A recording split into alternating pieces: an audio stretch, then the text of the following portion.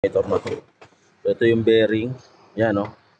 Kung maririnig nyo guys, pag pinaikot. Yan guys, meron tayong panibagong vlog. Alternator to ng Mitsubishi Expander. So, napakalakas ng ugong dito. So, pagka umaandar yung makina, so, ang lakas ng ugong nitong alternator na to. So, kadalasan, pagka mga kasa, pinapalitan na to ng buo. So, tayo, papalitan lang natin ng bearing. So, kabilaan yan, meron dito. So, meron din dito. Yan. So, kaya ngayon ipapakita ko sa inyo kung paano tanggal ng bearing ito. Paano magpalit. So, natanggal na to sa sakyan. Ito na lang. O, syempre, tatanggalin nyo to. 24mm.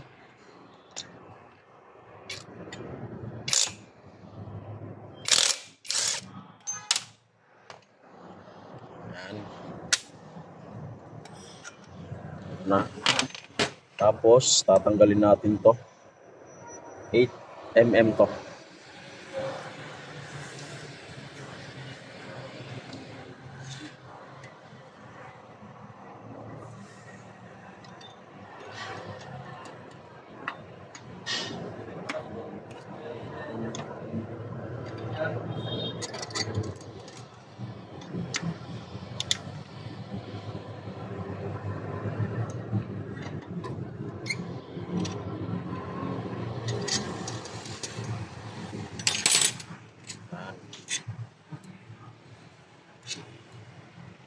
Mm. Tapos tatanggalin na natin ito. So, yan guys. Yan. Pag-iiwalay lang natin ito.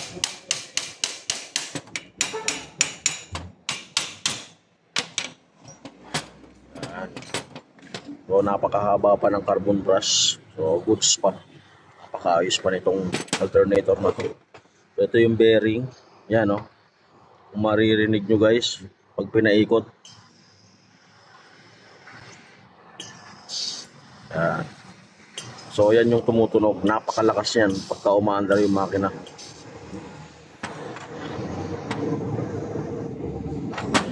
So, ito. Gagamitan natin ng puller.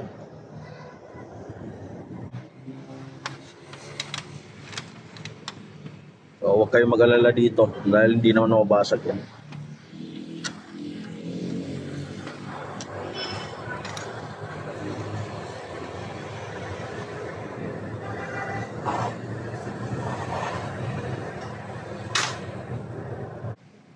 Guys.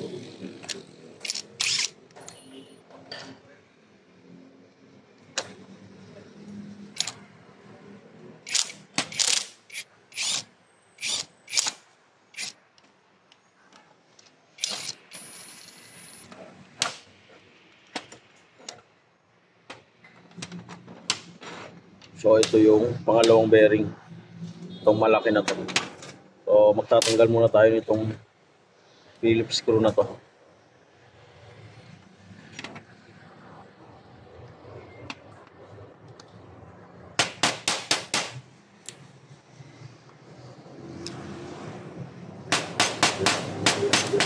So, diskarte nyo na kung anong klaseng pantanggal gagamitin nyo dito.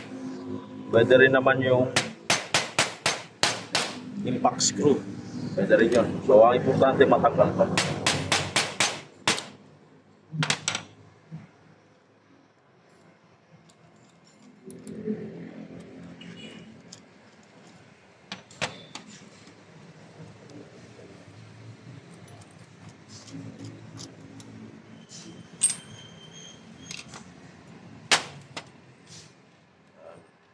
So, ito yung bearing.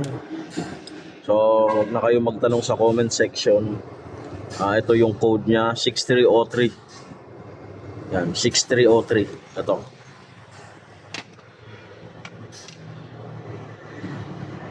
Ito.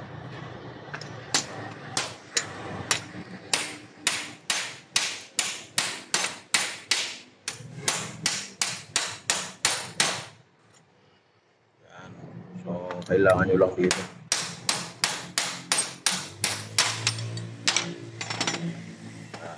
O, meron na rin to. Ito, merong washer dito. So, huwag nyo kalimutan to. Tapos ito. So, magtatanggal tayo nito. So, ang kailangan natin puller na maliit. Guys. So, ito yung puller. Gagamitin ko. So, kailangan meron kayo nito.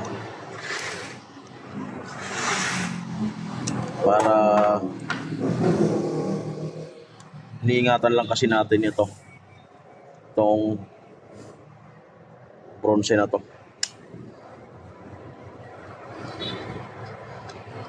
So, nasa inyo. Kung kaya nyong diskartehan na walang puller, basta ingatan nyo lang itong bronze na to. Itong pinaglalapatan ng carbon brush.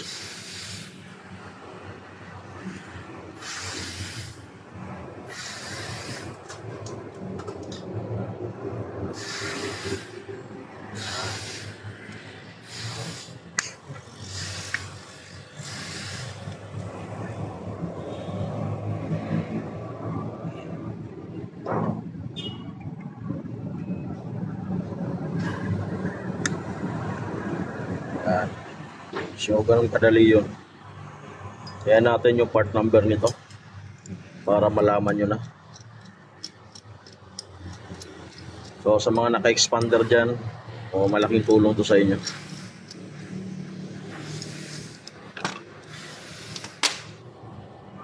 Tingnan natin yung part number.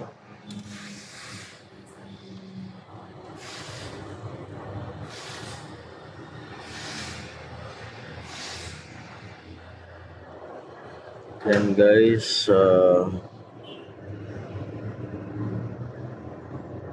NMB Thailand. So, wala na yung part number niya. So, ang nakalagay lang NMB. Wala na yung part number. So, sample na lang to. So, halos hindi nagkakalayo yung pang Honda Civic FD. Halos parehas lang sila. Tapos yung Almera, kung hindi ako nagkakamali.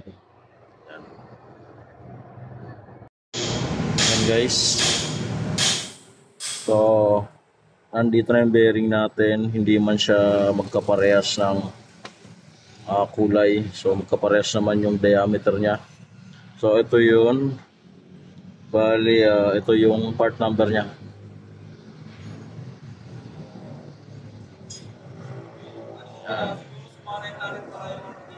So,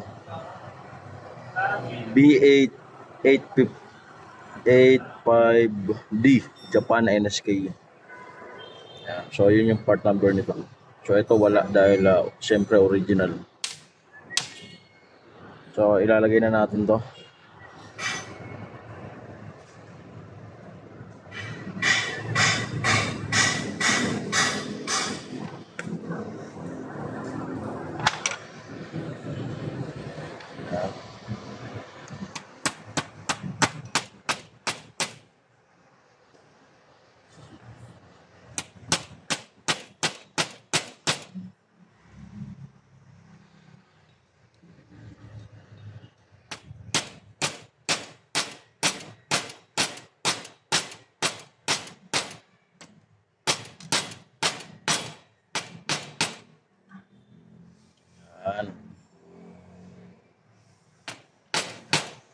So, sumugad na siya. Okay na to. Tapos, ito naman guys.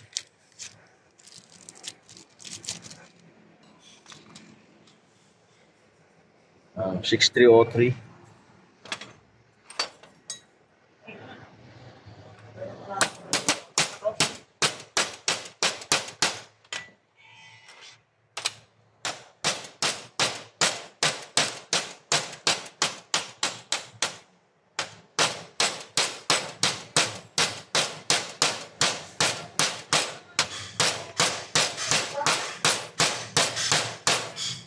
So, yung gilid lang yung papatamaan nyo ito.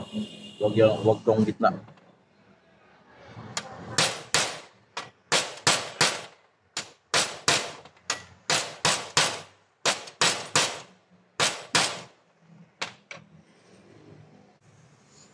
So, lumapat na siya.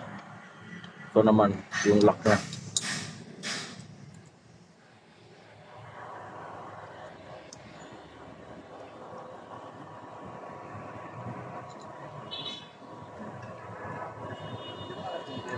So, ito guys, tutorial ko lang to kung paano palit ng bearing ito.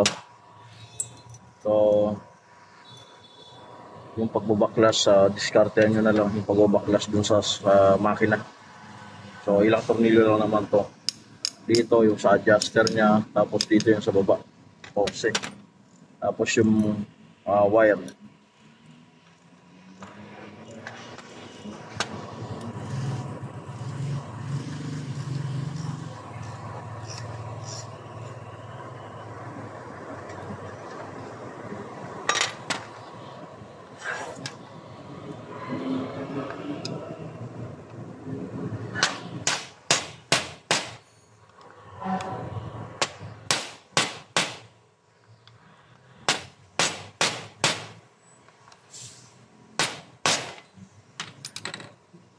Yan.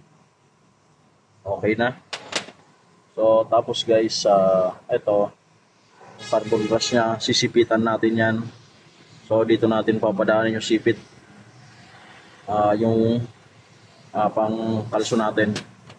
So, para tumulak to, may pasok natin tong shaft na to.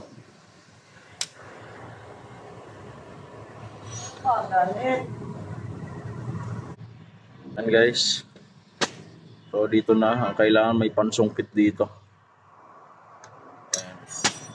So, tapos lalagyan natin dito. So, kailangan na abangan natin to dito. Tapos saka susungkitin dito. Pababaunin. Tapos ito yung pangkakalso natin.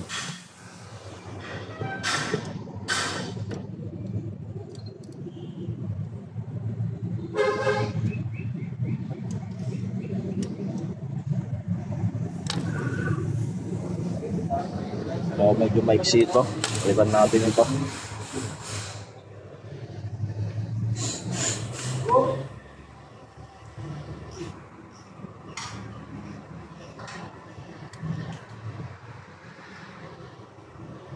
Yan. So, kung makita nyo, nakalsuan na yung dalawang carbon brush. So, safe na siya para ipasok natin to.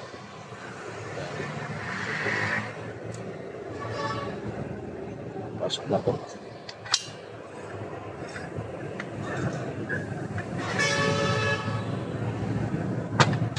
So, ito pwede lang tanggalin to.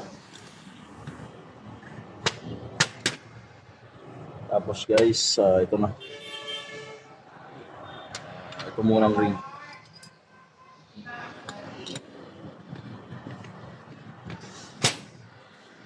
Yan. Tapos dito natin itatapat.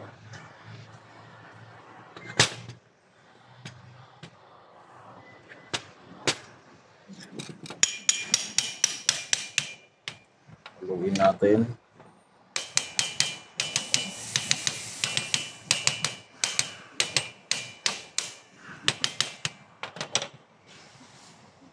Tapos ito na. Tornilyo.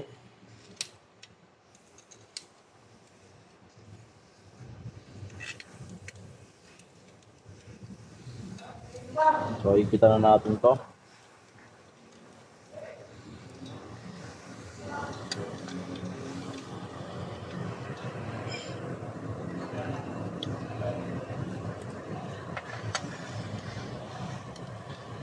Let's go.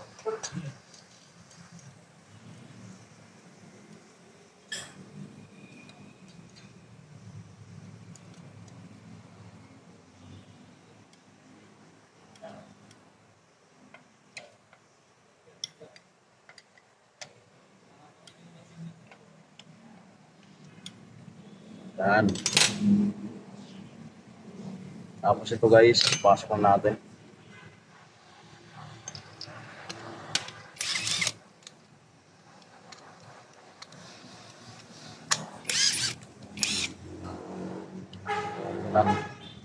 So syempre, hawakan natin dito para makontra.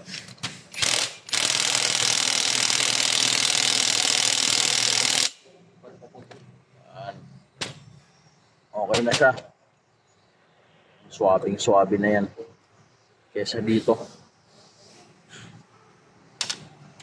So okay na yan guys. Kakabit na lang to. So, normal na yan. So, sundan nyo lang tong video na to para malaman nyo kung paano magpalit ng bearing ng alternator ng Mitsubishi Expander. Thank you.